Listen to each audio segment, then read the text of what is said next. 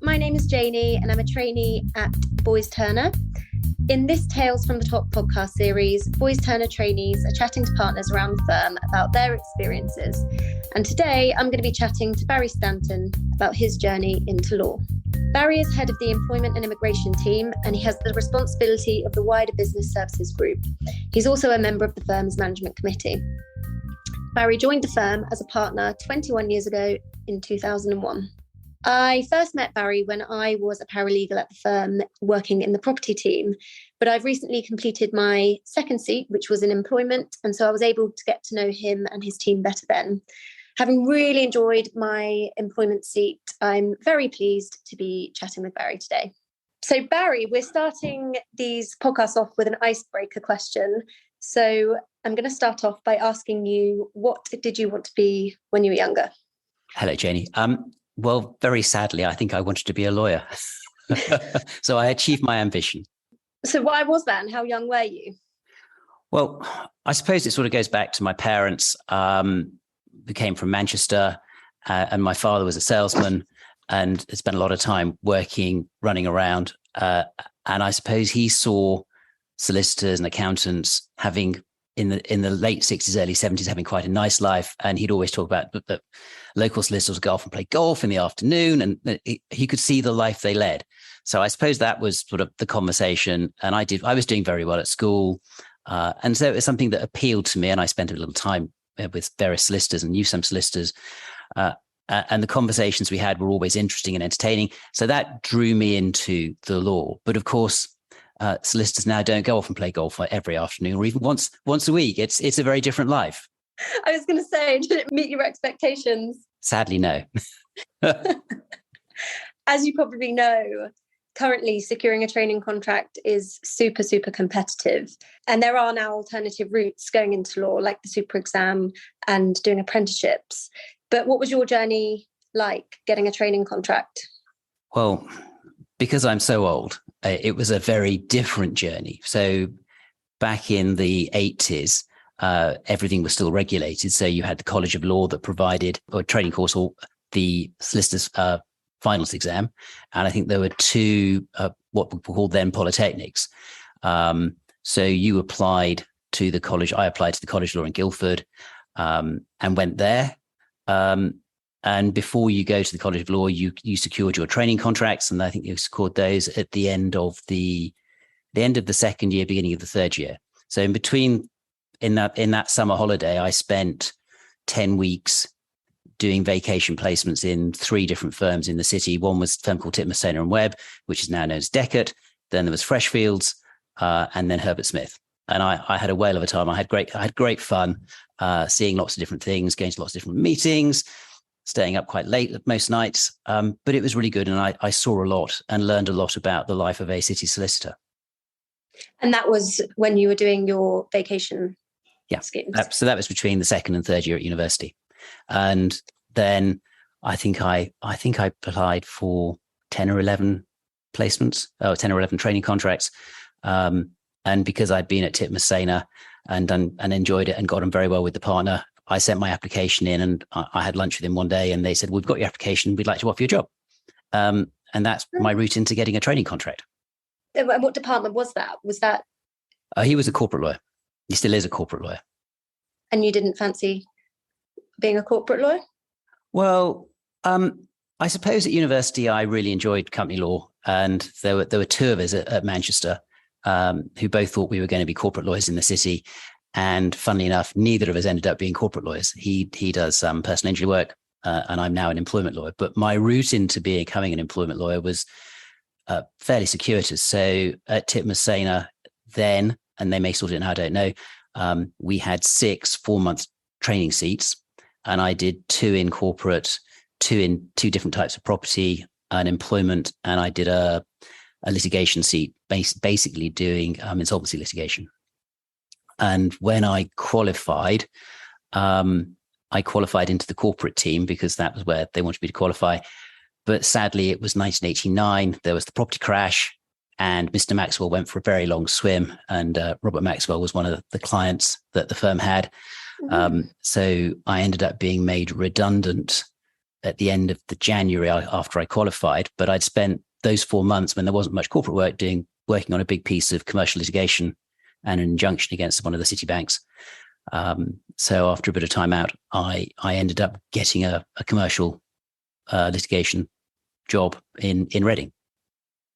Oh, so that's what brought you to Reading. Because I was going to ask you, it seems from your earlier on in your career, you were in the city, and now obviously you've worked in Reading quite a while. So was there a conscious decision there?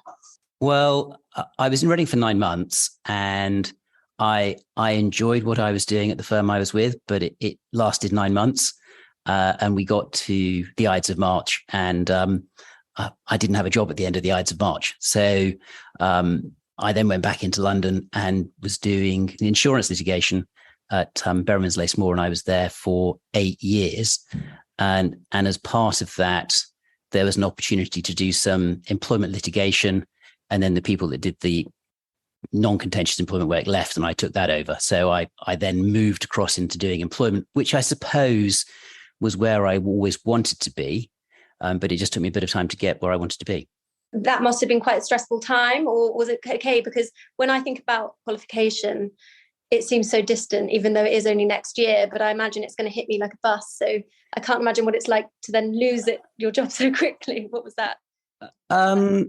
It was a bit challenging. I lived at home, so it made life a lot easier. When I was made redundant, I was looked after very well by the firm I was with. So I had time to go and find a job in the midst of a recession, and I could choose to be a little bit picky about deciding where to go. And so I was lucky, but I worked very hard at finding a job. As they say, finding a job is a job in itself, and it really is. It really is something you have to work very hard at. Yeah, I can understand that. I know you enjoyed your vacation schemes, and it sounds like you enjoyed your training contract, but what was most challenging about those times? In training, I think doing things which were very different. And then the solicitor's finals course was very academic, and you had to go and take your academic knowledge and make it very practical. I really enjoyed the litigation I did at the end. That sort of played to my strengths and my personality. I'm trying to think back now to my going around in the city and seeing what I saw, but I don't think that was particularly challenging. It was just interesting. It was a different world. Did you say you did 6 4-month seats? Yes. That's crazy, because we obviously do 4 6-month seats. And I feel like you can only really grasp onto a department and that discipline within the 4th month. So what was that like? It was well, I did a retail property seat. So I was buying and selling shoe shops, and that was great fun because you got a lot of responsibility and you were doing the deals and the transactions with supervision, of course. But so if you got immersed, you learned a lot very quickly because it was a smaller city firm, and you got responsibility if you stood up and wanted to do it. Yeah, it was like thrown in the deep end. What would you say has been your favourite phase of your career so far? That's a really difficult question because I know, I've really jumped along, haven't I? I've enjoyed all of my career, and the training contract was good. I enjoyed that. I enjoyed my time doing subrogated claims in London at Berryman's, and I've enjoyed my time at Boyce Turner over the last 21 years. So everything's had its moments when it's been really good, been really interesting. Obviously, it can't be really interesting all of the time, but if I look back, I've enjoyed all of it. What I quite liked about employment when I did my seat there was that there was a nice mix of contentious and non-contentious work. I know you've just said that you quite like the litigious side, but if you were to pick one, which would you pick? Well, I suppose when I worked in London, I was virtually 100% litigation. As an employment lawyer, most of the work I do is not litigation. It's quite odd. And when I'm very busy on litigation, the rest of the team is not busy on litigation. So I seem to have a counter-cyclical practice, which is interesting. And it's also interesting that I do so little litigation. I mean, as an employment lawyer, it seems that I remember one of my senior partners saying to me, or saying very clearly, that if you ended up in a trial, you as the defendant lawyer hadn't done your job properly. And I've always carried that with me, because clients don't want to spend their time in court necessarily. They want to deal with the situation, particularly with the people issue, and move on to run their business and make money for their business rather than deal with what's gone before. You've obviously had a long career without making that sound rude, but what would you say motivates you? You've obviously done very well.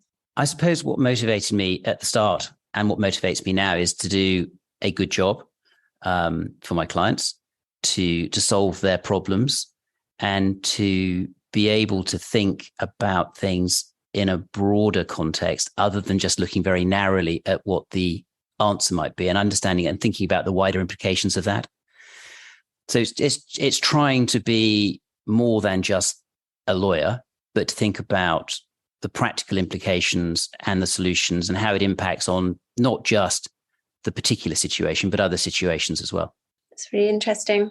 And to finish, what advice would you give to aspiring lawyers and trainees like myself, just starting out in their career? So for those who are aspiring and who want to get into the law, I think the first thing I would say is, although it's now very competitive, more competitive than it was in my day, I think don't give up. Always look for opportunities, but always be true to yourself. Don't take a role just because it's a role. Take it because it's the right role for you. Always try and do the right thing and make the right decision. And the other thing I would say is that making a decision may seem like a huge issue at the time, but in reality, if you get to a node and you have to make a decision, go one way or the other, you may find out it's not the right path to go. But at that moment in time, if you choose to go a particular way, that is the right path. And you can always go back and change. And I know people are very concerned as trainees about, well, what do I do if I want to go and do something else that I haven't done in my training contract? Well, you can move, you can be flexible. I've seen so many people start as personal injury lawyers and move to be company secretaries. You can move and you can manipulate your career in whatever way you want it to be. So the law is something that gives you great opportunity to do a lot of very different things. And you should never lose sight of that. Thank you. That's really nice advice, particularly in the run-up of qualification. It can seem like you're making a decision that is going to impact your life so heavily, but it's nice to know that what you do, if you don't like it, can be changed. Absolutely. You've got there's a good qualification. You spend so many years at university, you spend so many years in a training contract. You don't just lose all of those skills. They're skills that you can take. And it's about having the skill set to move into something different rather than the knowledge. You can acquire knowledge just by reading books and by spending time studying. It's the skill set you take with you. I guess that's what's so beneficial about moving around as a trainee. So it's good to have that advice. Thank you. Jenny, it was a great pleasure. Thanks very much. If you want to keep up with all of our podcasts, then follow or subscribe on whatever platform you use. Also, keep an eye out for our social media and website feeds. Thank you for listening. Goodbye.